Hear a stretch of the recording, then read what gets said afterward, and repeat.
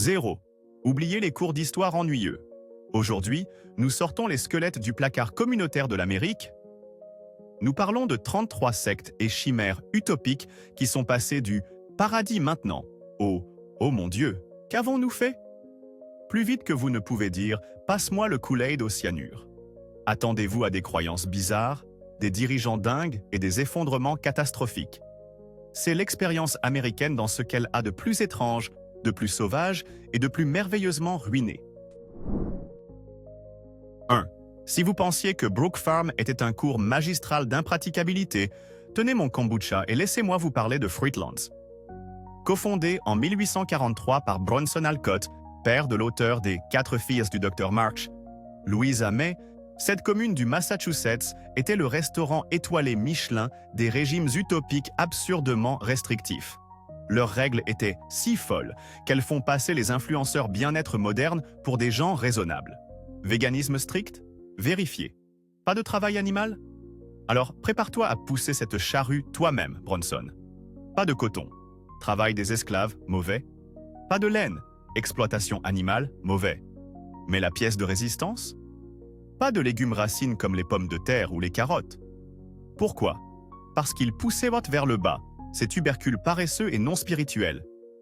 Seules les plantes ambitieuses, comme les fruits et les céréales qui poussaient vers le ciel, étaient assez pures. Sérieusement. Sans surprise, ce régime de laitue ambitieuse et de vent philosophique n'a pas tout à fait suffi pour traverser un hiver en Nouvelle-Angleterre. Toute cette glorieuse expérience s'est effondrée en moins de 7 mois. Un échec vraiment magnifique, de pure bêtise à base de fruits. 2. Ensuite, Heaven's Gate. L'équipe qui a poussé l'attente d'un ovni à un extrême cosmique et finalement fatal. Fondée par Marshall Applewhite, un type dont le regard hypnotique était apparemment aussi puissant que sa théologie déjantée, et Bonnie Nettles, qui, soit dit en passant, s'appelait respectivement Do et T. Ce groupe croyait que les corps humains n'étaient que des véhicules ou des conteneurs temporaires pour des âmes extraterrestres. Leur grand plan? Abandonner ces tacos terrestres et faire du stop vers le niveau supérieur, sur un vaisseau spatial qu'ils étaient convaincus de trouver caché dans la queue de la comète Hale-Bopp en 1997. Ainsi, dans un manoir loué à San Diego, 39 membres, dont Applewhite, ont méticuleusement orchestré leur propre sortie. Ils ont été découverts dans des tenues noires assorties, avec des baskets Nike Decades flambant neuves, parce qu'il faut avoir un look d'enfer pour les voyages intergalactiques, apparemment, et des linceuls violets, après avoir consommé un mélange mortel de phénobarbital, de compote de pommes et de vodka. Leurs vidéos d'adieu, livrées avec un calme inquiétant et presque robotique, sont un cours magistral sur la distance à laquelle un groupe peut se détacher de la réalité. Quelle façon de composter son billet pour, eh bien, où qu'il pensait aller. 3. Et puis il y a eu Waco. Les Davidiens, sous la direction du messie charismatique autoproclamé Vernon Howell, qui s'est rebaptisé plus tard David Koresh, probablement pour une meilleure présence scénique, savaient vraiment comment faire les gros titres pour toutes les mauvaises raisons. Koresh, qui semblait croire qu'il était l'agneau de Dieu et avait un penchant pour la musique rock et les prophéties apocalyptiques, a rassemblé son troupeau au centre du mont Carmel. Il prêchait que la fin des temps était imminente, prenait apparemment plusieurs épouses spirituelles, certaines terriblement jeunes, et amassait un formidable arsenal d'armes à feu. Lorsque le Bureau of Alcohol, Tobacco and Firearms a tenté de faire une descente dans le complexe en février 1993 pour possession présumée d'armes illégales, une fusillade mortelle s'est ensuivie. Cela a déclenché un siège tendu de 51 jours par le FBI. L'affrontement a culminé le 19 avril, lorsque, lors d'une opération du FBI pour déployer des gaz lacrymogènes, le complexe a été englouti par les flammes. Près de 80 personnes, dont Koresh et plus de 20 enfants, ont péri dans l'incendie. Le siège de Waco reste un événement profondément controversé et tragique, une collision ardente de croyances ferventes, d'actions gouvernementales et de pertes dévastatrices. 4. Maintenant, pour une communauté qui a porté le « partager, c'est aimer » à un tout nouveau niveau légèrement troublant, la communauté d'Oneida. Fondée en 1848 par John Humphrey Noyes, Ces New-Yorkais ont regardé le mariage traditionnel et se sont dit « Non, on peut faire plus bizarre ». Leur grande idée? Le mariage complexe. Traduction, tout le monde était marié à tout le monde du sexe opposé. Voyez cela comme un club échangiste religieusement sanctionné et hautement organisé. Pour éviter un baby-boom qui ferait passer les lapins pour des amateurs, ils pratiquaient la continence masculine. Essentiellement, le sexe sans le « grand final ». Et si ce n'était pas assez fou, ils s'adonnaient à la stirpiculture, un terme sophistiqué pour essayer d'engendrer des bébés super spirituels. La partie vraiment bizarre? Au milieu de toute cette expérimentation sexuelle, ils fabriquaient de l'argenterie d'enfer. Sérieusement, l'argenterie Oneida existe toujours. L'utopie de l'amour libre a fini par s'essouffler. Mais imaginez expliquer cet arbre généalogique à Thanksgiving. 5. Préparez-vous à vibrer, ou enfin à trembler. Rencontrez les Shakers, officiellement la Société unie des croyants, en la deuxième apparition du Christ. Ils ont obtenu leur surnom accrocheur grâce à leur service religieux qui impliquait tellement de tremblements extatiques, de tourbillons et, oui, de secousses qu'ils brûlaient probablement plus de calories qu'un cours de spinning moderne, tout cela pour purger le péché. Fondé par Mère Anne Lee, qui a navigué depuis l'Angleterre en 1774, telle une Beyoncé spirituelle, ces gens étaient entièrement tournés vers le célibat, la vie communautaire et l'égalité des sexes, très en avance sur leur temps sur ce dernier point. L'inconvénient du fait que tout le monde soit célibataire. Ce n'est pas exactement une recette pour la croissance générationnelle, à moins d'être très bon en recrutement ou en adoption. Alors que leur nombre diminuait, leur obsession pour la simplicité et la perfection a conduit à des meubles vraiment emblématiques et à des innovations agricoles. Leur échec a été une lente disparition, mais leur étrangeté était un délicieux mélange de jazzercise spirituel et d'artisanat brillant. 6. Imaginez ceci. Une bande des intellectuels américains les plus brillants du 19e siècle décide de lancer une ferme. Qu'est-ce qui pourrait mal tourner? Tout. Bienvenue à Brook Farm, Massachusetts, 1841. Fondée par George Ripley, cette utopie transcendentaliste a attiré des poids lourds littéraires comme Nathaniel Hawthorne. Le rêve était de mélanger le travail manuel en sueur avec une réflexion philosophique profonde pour une vie parfaitement équilibrée. La réalité? Ces têtes d'œufs étaient aussi douées pour l'agriculture qu'un poisson-lait pour faire du vélo. Ils pouvaient devenir poétiques sur la dignité du travail, mais ne pouvaient probablement pas distinguer une houe d'un trou dans le sol. Comme on pouvait s'y attendre, la ruine financière, les querelles incessantes et un incendie catastrophique qui a ravagé leur bâtiment principal ont fait couler cette commune aux nobles idéaux en quelques années seulement. C'est une leçon intemporelle. Ce n'est pas parce que vous pouvez écrire un essai profond que vous savez faire pousser une pomme de terre. Échec absolument épique. 7. Avant que les intellios de Brook Farm ne s'écrasent dans la boue, Robert Owen, un socialiste gallois aux poches plus profondes que ses rêves utopiques, s'est essayé à New Harmony, Indiana, en 1825. Il a acheté une ville existante et l'a déclarée futur paradis de la coopération, de la science et de l'éducation, où les classes sociales et la propriété privée seraient des reliques du passé. Ça a l'air génial, non? Il a réussi à attirer des scientifiques et des éducateurs, mais aussi un bon paquet de ce que l'histoire appelle poliment des oisifs, aventuriers et excentriques. Essentiellement des gens qui étaient très doués pour la partie utopie et moins enthousiastes pour la partie travail.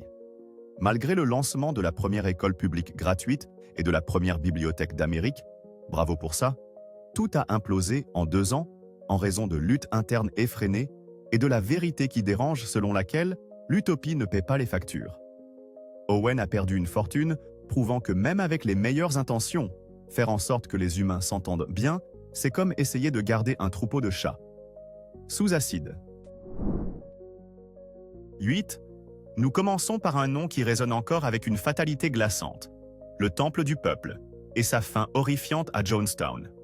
Jim Jones, un homme qui a commencé dans l'Indiana en prêchant l'égalité raciale et la justice sociale, assez noble sur le papier, était un maître de la manipulation. Il a progressivement transformé ses fidèles, d'une congrégation progressiste en un culte de la personnalité entièrement centré sur lui, finissant par les convaincre qu'il était une figure divine. Il a ensuite conduit près d'1 millier de personnes dans les jungles de Guyane, promettant une utopie socialiste. Ce qu'ils ont trouvé était un projet agricole isolé, Jonestown, de plus en plus gouverné par la paranoïa et le contrôle de Jones. En novembre 1978, après l'arrivée du membre du Congrès américain Leo Ryan pour enquêter sur des allégations généralisées d'abus et son assassinat sur ordre de Jones sur une piste d'atterrissage voisine, la situation a atteint son point culminant horrifique.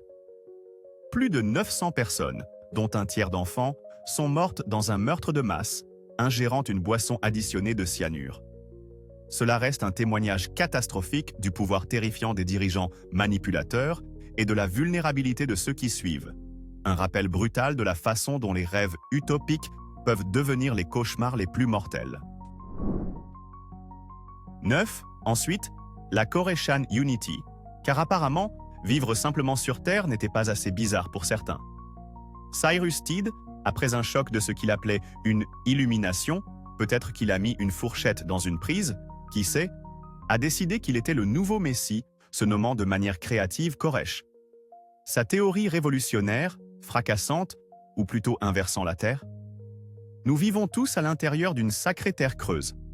Le soleil, la lune, les étoiles, le chien jappeur de votre voisin agaçant, tous soigneusement rangés dans cette boule à neige cosmique. Il a prouvé cela, avec des expériences très sérieuses, impliquant de longs bâtons sur des plages, qui, si vous plissiez les yeux et y croyez vraiment fort, avaient totalement du sens. Ses disciples célibataires à Estero, en Floride, attendaient consciencieusement, quelque chose. Lorsque Teed a finalement passé l'arme à gauche, ils l'ont gardé dans la glace, s'attendant pleinement à une tournée de retour divine.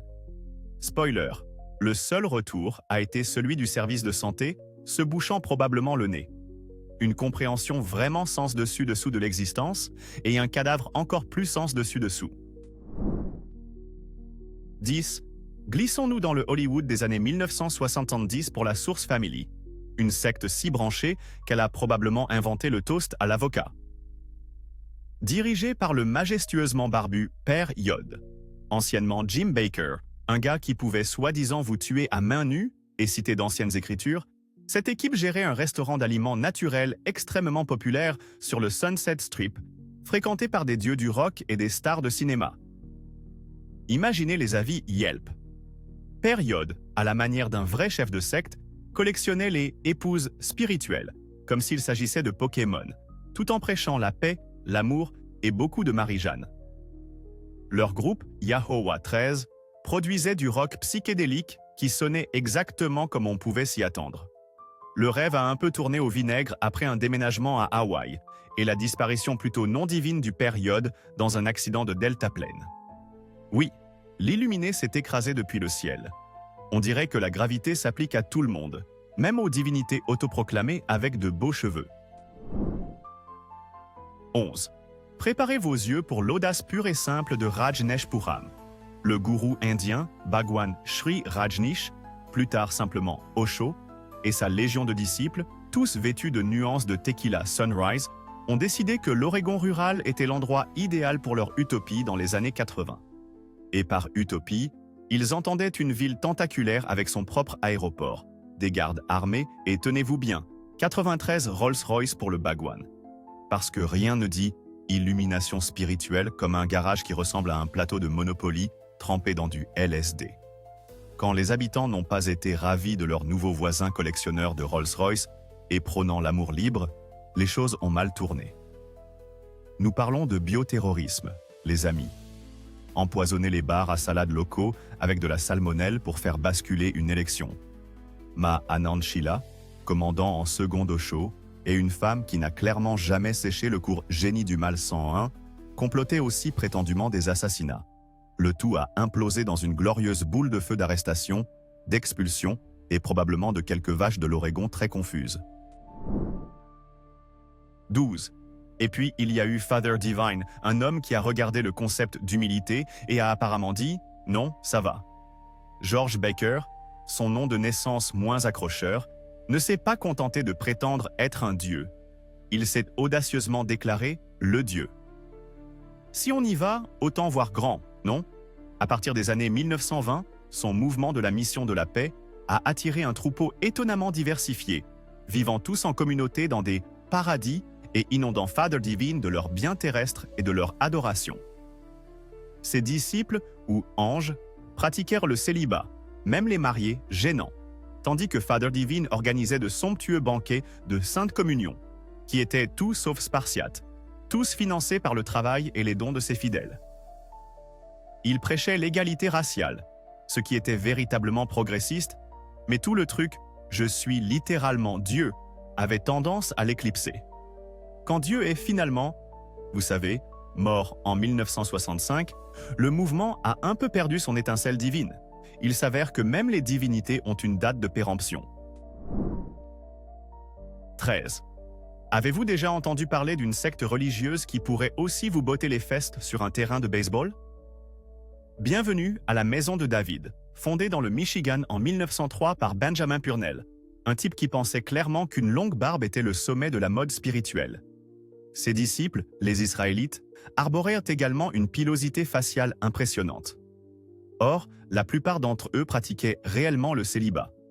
Purnell lui-même, en revanche, avait une interprétation, disons, notoirement flexible de cette règle, surtout lorsque de jeunes adeptes féminines étaient impliquées, ce qui, sans surprise, a conduit à des scandales majeurs.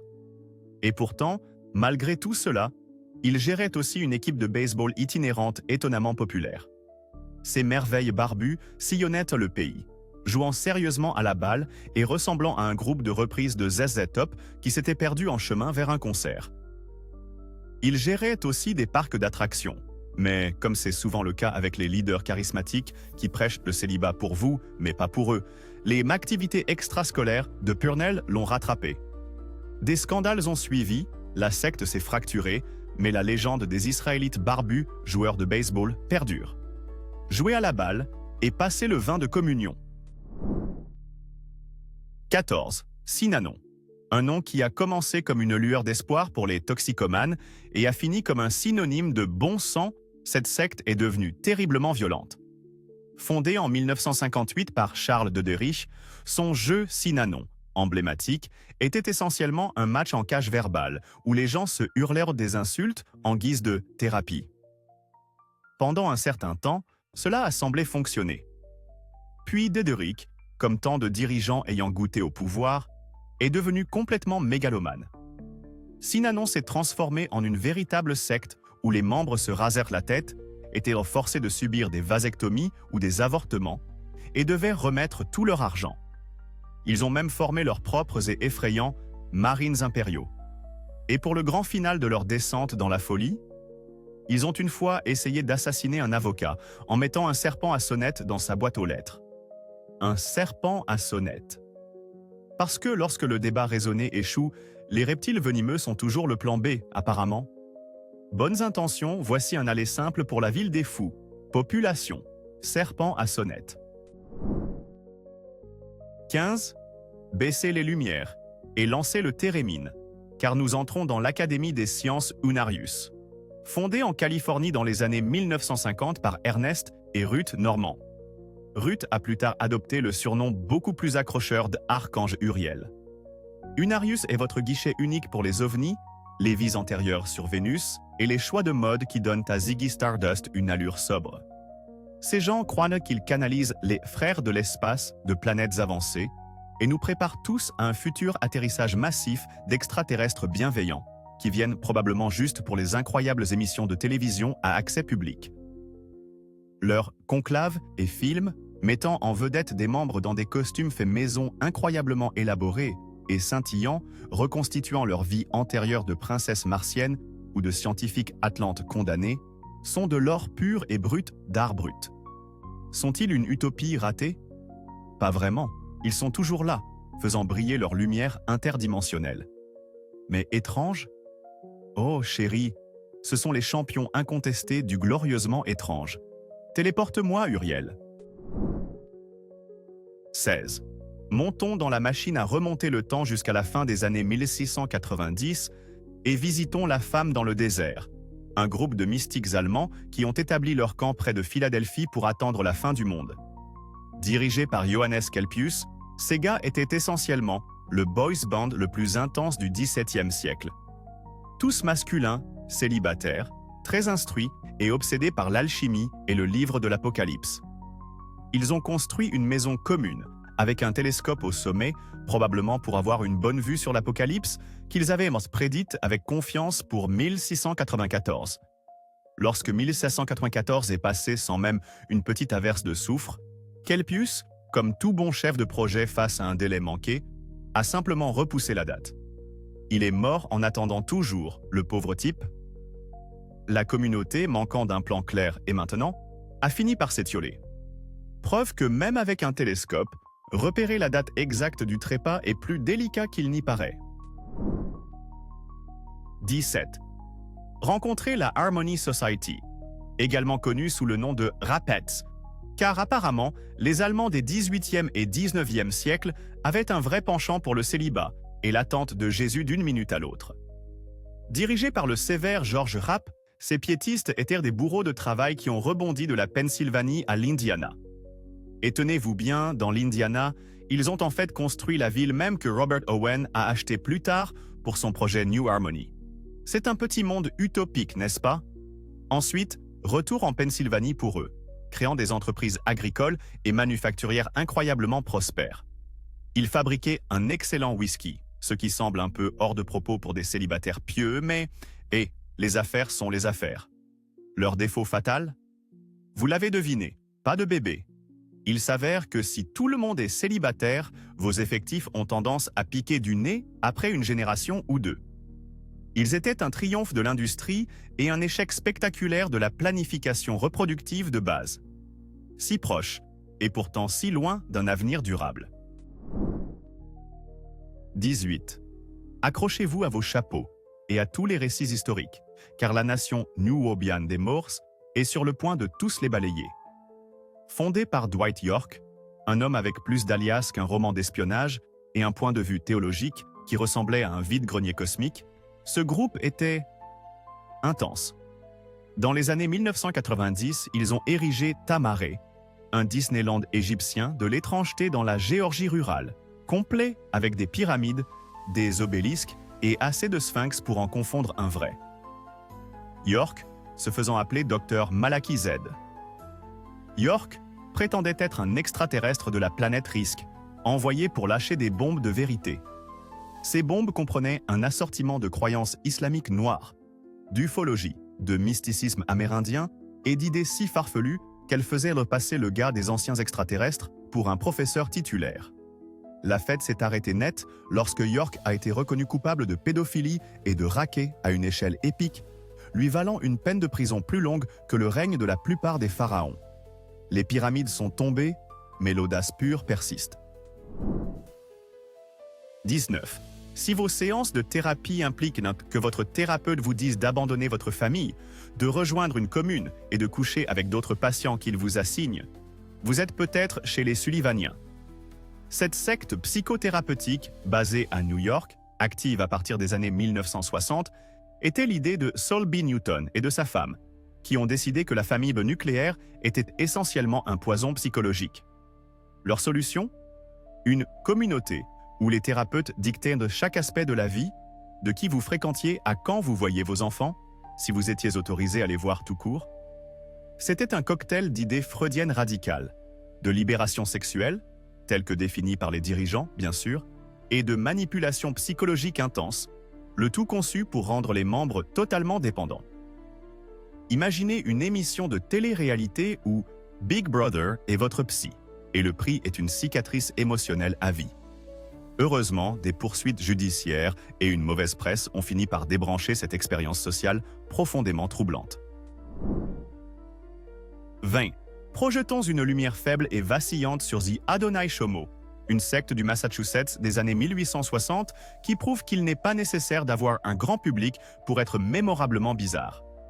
Frederick T. Sanford, ne manquant clairement pas d'estime de soi, s'est déclaré prophète Élie, de retour sur terre pour un rappel.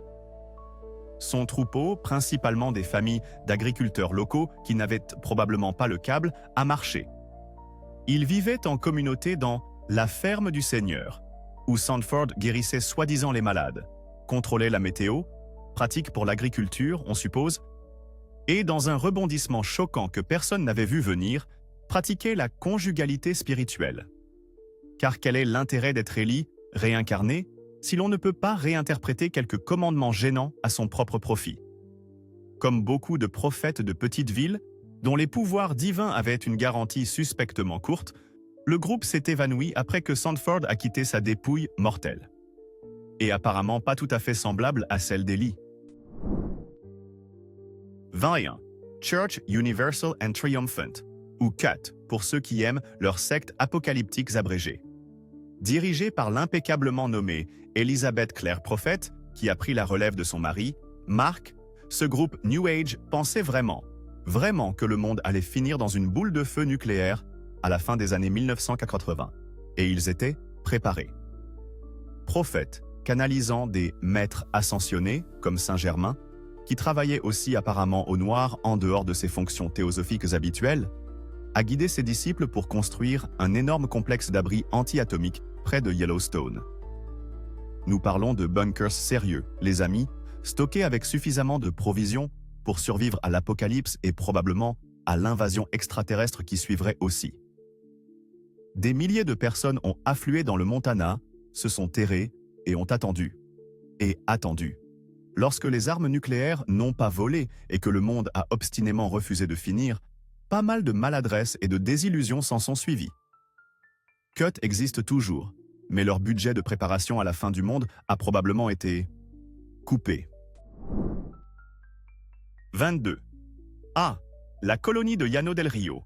Un rêve socialiste construit sur le sol brûlé par le soleil et assoiffé du désert de Mojave en Californie. En 1914, Job Harriman, un avocat au cœur plein d'idéaux socialistes et apparemment doté d'un terrible sens de la géographie, a décidé que c'était l'endroit idéal pour un Commonwealth coopératif. Pendant un court instant, ça a presque marché. Ils ont construit un hôtel, une conserverie et avaient même leur propre monnaie. Des milliers d'aspirants ont afflué vers cette oasis d'égalité dans le désert. Le hic? Eh bien, à part les socialistes qui se disputaient constamment, certaines choses ne changent jamais, il y avait le petit problème de ne pas avoir assez d'eau. Dans un désert. Choquant, je sais. Dès 1918, le rêve s'était asséché plus vite qu'une flaque d'eau en juillet, prouvant que même les intentions les plus nobles peuvent être vaincues par une très mauvaise décision immobilière. 23. Bienvenue à la communauté de Fountain Grove, où l'illumination spirituelle s'accompagnait d'un solide portefeuille de vins primés. Thomas Lake Harris, un poète spiritualiste du 19e siècle et un homme qui savait clairement comment monétiser le mysticisme, a fondé cette utopie californienne. Il prêchait des unions spirituelles célibataires, un concept qu'il appliquait naturellement avec une grande flexibilité à lui-même, et prétendait discuter avec les anges. Son véritable génie, cependant, était d'attirer de riches adeptes qui finançaient sa fraternité de la nouvelle vie, qui comprenait commodément une cave prospère dans le comté de Sonoma. Ainsi, tout en contemplant le divin, on pouvait aussi contempler un bon cabernet. Le style autocratique de Harris et certaines manigances financières et sexuelles douteuses ont finalement conduit au déclin de la communauté, mais les vignobles, ils ont continué à produire. Preuve que parfois l'esprit est bien disposé, mais la chair préfère un bon millésime. 24. Yahweh. Ben Yahweh et sa nation de Yahweh, ce groupe basé à Miami à la fin des années 70, n'était pas seulement une secte. C'était un véritable syndicat du crime avec un complexe du Messie. Hulon Mitchell Jr., qui s'est modestement rebaptisé Dieu, fils de Dieu, prêchait que les Noirs étaient pour les vrais Israélites et que les Blancs étaient des diables. Tout en affichant publiquement une volonté d'élever la communauté, Yahweh Ben Yahweh aurait dirigé son organisation comme un gangster avec des « anges de la mort » à qui l'on ordonnait d'assassiner les ex-membres dissidents et des Blancs au hasard pour prouver leur loyauté, en rapportant des parties du corps, rien que ça. Extorsion, incendie criminel et règne de terreur faisaient tous partie du plan divin, apparemment. Le FBI l'a finalement rattrapé, et Dieu, fils de Dieu, s'est retrouvé condamné pour conspiration de meurtre. un exemple vraiment terrifiant de foi déformée pour justifier le mal pur et simple. 25. Détendons-nous un peu avec The Love Family, la commune hippie locale de Seattle de la fin des années 60. Dirigée par Paul Erdman, qui a abandonné son vieux nom ennuyeux pour le Love Israel, bien plus vendeur, ce groupe a adopté le nom de famille Israël et s'est mis à vivre une vie de paix, d'amour et de partage communautaire. Ils étaient célèbres pour leurs tenues arc-en-ciel, leur abondance d'enfants, parce que l'amour libre, mec, et leur approche unique des courses alimentaires. La fouille de poubelle, qu'ils appelaient poétiquement « rassembler l'abondance de Dieu ». Pendant un certain temps, ils ont été une figure aimée, bien que légèrement odorante, de la contre-culture de Seattle. Mais, comme cela arrive souvent quand on essaie de gérer une société sur de bonnes ondes et des bagels jetés, les querelles internes et les défis d'avoir tant d'Israël sous un même toit ont conduit la famille à s'éloigner lentement. Même l'amour sans fin n'a pas pu tout à fait vaincre la nature humaine fondamentale. 26. Lancez le Bauhaus et sortez l'eyeliner noir pour l'église du procès du jugement dernier. Ces gens étaient les rois et les reines gothiques incontestés de la scène sectaire des années 1960. Originaire d'Angleterre mais faisant grand bruit dans les villes américaines, le procès, avec ses robes noires sévères et son entourage de bergers allemands, à l'air tout aussi sévère, avait une théologie aussi audacieuse que son sens de la mode. Il ne vénérait pas seulement le Christ, il jetait Satan et Lucifer dans le mélange, croyant que les trois étaient nécessaires à l'équilibre cosmique. Parlait d'une politique divine, ouverte d'esprit. Leur magazine, magnifiquement conçu et philosophiquement dense, explorait ces thèmes sombres, menant naturellement à des rumeurs folles, bien qu'en fin de compte infondées, les liant à Charles Manson et au fils de Sam. Le procès original a fini par se dissoudre, mais son influence sur l'esthétique sombre et la pensée spirituelle provocatrice était indéniable. Trop effrayant pour le grand public, trop cool pour durer. 27. L'organisation Move à Philadelphie. Ce n'était pas le club de lecture de votre grand-mère. Fondé dans les années 70 par John Africa, Move était un groupe radical, de retour à la nature, anti-technologie et de défense des droits des animaux, qui a poussé la vie hors réseau, à l'extrême, même au milieu d'une ville. Ils vivaient dans une maison en rangée fortifiée, laissaient leur hygiène personnelle et l'entretien de la propriété se dégrader, pour le dire doucement, et se livraient à des confrontations bruyantes et profanes avec quiconque se plaignait. Les tensions avec la ville ont couvé puis débordé lors de deux événements horribles. Le second, en 1985, fut une catastrophe absolue. Après un long face-à-face, la police a largué une bombe depuis un hélicoptère sur leur maison. Une bombe. L'incendie qui en a résulté a tué 11 membres de Move, dont 5 enfants, et a incinéré tout un pâté de maisons. Une utopie ratée ne commence même pas à couvrir l'horreur d'une ville bombardant littéralement ses propres citoyens. 28. Préparez-vous à une histoire qui vous donnera la chair de poule. Le culte Blackburn, également connu sous le titre beaucoup plus grandiose de « L'ordre divin des armes royales des 11 grands ».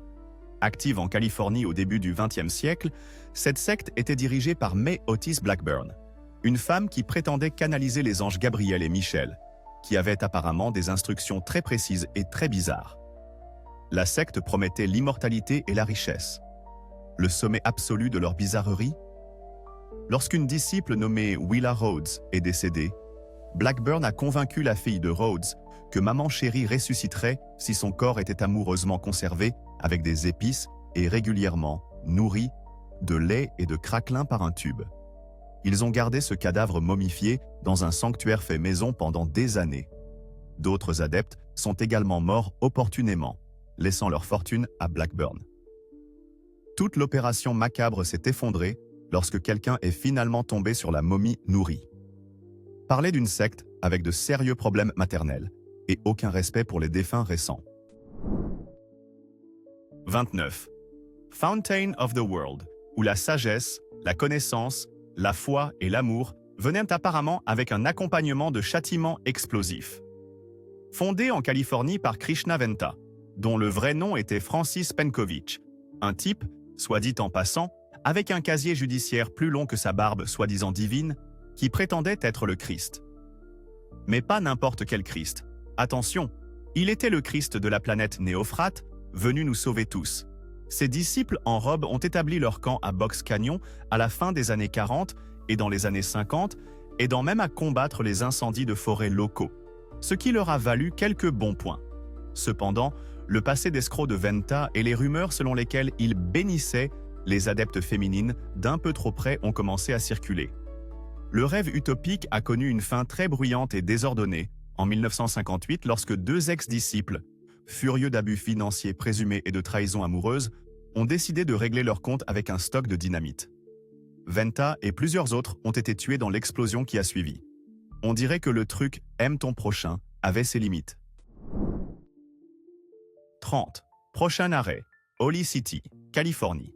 Un endroit qui était aussi sain qu'un billet de 3 $ et 2 fois plus bizarre. Fondé dans les montagnes de Santa Cruz dans les années 1920 par William E. Riker, un gentleman qui s'appelait modestement le consolateur et l'homme le plus sage du monde. Sa sagesse, s'est-il avéré, consistait principalement en un suprémacisme blanc virulent et un don pour plumer ses disciples. Holly City était une attraction bizarre au bord de la route peinte de slogans étranges, avec un peep show, parce que rien ne dit la piété comme un peep show, et une station de radio diffusant les diatribes fanatiques de Riker. Il promettait à ses disciples le salut et de l'argent, mais prenait surtout leur argent. Après que Riker a passé l'arme à gauche, Holly City s'est lentement délabrée en une ville fantôme effrayante, un monument à l'ego d'un homme et à la tolérance apparemment infinie de l'Amérique pour les cinglés charismatiques. Pas tant une utopie qu'une non-topie. 31. Voyageons vers les années 1830 et le royaume de Matthias. Robert Matthews, un individu avec une barbe qui pourrait rivaliser avec n'importe quel prophète de l'Ancien Testament, s'est déclaré Matthias le prophète et l'esprit de vérité. Sa vérité impliquait un méli-mélo de lois bibliques, de ses propres révélations divines et d'une interdiction de tout, de l'alcool au rasage, ce qui, compte tenu de son impressionnante pilosité faciale, semblait juste un peu hypocrite. Il a rassemblé une petite suite dévouée et souvent riche. La vie dans le royaume de Matthias signifiait des règles strictes, une vie communautaire et, vous l'aurez deviné, le prophète prenant des épouses spirituelles. Des manigances financières, des accusations d'adultère et même la mort suspecte d'un riche mécène ont suivi. Matthias a finalement été jugé pour meurtre, acquitté, mais condamné pour avoir agressé sa propre fille. Son royaume, bâti sur la fanfaronnade et le mauvais comportement, s'est rapidement effondré. Un autre prophète plus intéressé par les plaisirs terrestres que par les devoirs célestes. 32. Et maintenant pour quelque chose d'un peu plus artistique, bien que tout aussi étrange, le cloître d'Ephrata dans la Pennsylvanie du XVIIIe siècle. C'était une société communautaire protestante allemande fondée par Conrad Bessel, un mystique qui croyait en un ascétisme extrême. Nous parlons de célibat, d'un régime essentiellement végétarien et de dormir sur des bancs en bois avec des blocs de bois comme oreillers parce que le confort était clairement un péché. Imaginez les problèmes de dos. Malgré, ou peut-être à cause de, leur mode de vie spartiate, ils étaient incroyablement créatifs, produisant une musique chorale d'une beauté obsédante et une calligraphie étonnante connue sous le nom de fracture. Ils étaient reconnus pour leur piété et leur travail acharné. Mais, comme tant d'autres groupes qui ont décidé que la procréation était surfaite, leur nombre a fini par diminuer. Une expérience fascinante de dévotion qui a produit un art incroyable, mais n'a finalement pas pu survivre à sa propre politique de non-galipette. 33. Dernier point mais non des moindres, The Farm dans le Tennessee. Imaginez ceci. 1971, Stephen Gaskin, un enseignant spirituel charismatique de San Francisco, mène une caravane de 60 bus scolaires, remplis de 300 hippies vers le Tennessee rural, pour lancer une immense commune. Pendant un certain temps, c'était le rêve de Woodstock devenu réalité. Vie communautaire, végétarisme, ressources partagées, enseignements spirituels et beaucoup d'accouchements naturels. En fait, la femme de Stephen, Ina May Gaskin, est devenue une véritable marraine du mouvement des sages-femmes juste là, à The Farm. Il visait l'autosuffisance totale. Mais à mesure que The Farm grandissait pour atteindre plus d'1 millier de personnes, les fissures du modèle purement communautaire « tout est partagé » ont commencé à apparaître. Dans les années 1980, face à la ruine financière, ils ont eu le changement, introduisant plus de responsabilités financières individuelles. The Farm existe toujours, un témoignage d'adaptabilité, mais sa structure originale, purement utopique, passe les lentilles et les bonnes ondes, a définitivement heurté un obstacle majeur de la réalité. 901. Donc, 33 rappels frappants que la route vers l'utopie est souvent pavée de terribles décisions et d'un Kool-Aid encore pire. L'histoire américaine des communes et sectes ratées est un conte sauvage, étrange et merveilleusement édifiant. Maintenant, pour une expérience de pensée tordue, si vous deviez rejoindre une secte de la liste d'aujourd'hui, connaissant sa fin sinistre, laquelle serait-ce et quel objet moderne unique introduiriez-vous en douce pour survivre au chaos inévitable? Déposez vos plans de survie bizarres dans les commentaires. Voyons votre génie. Vous avez aimé cette plongée dans des rêves désastreux? Désintégrez ce bouton j'aime, abonnez-vous pour plus de bizarreries historiques et partagez la folie.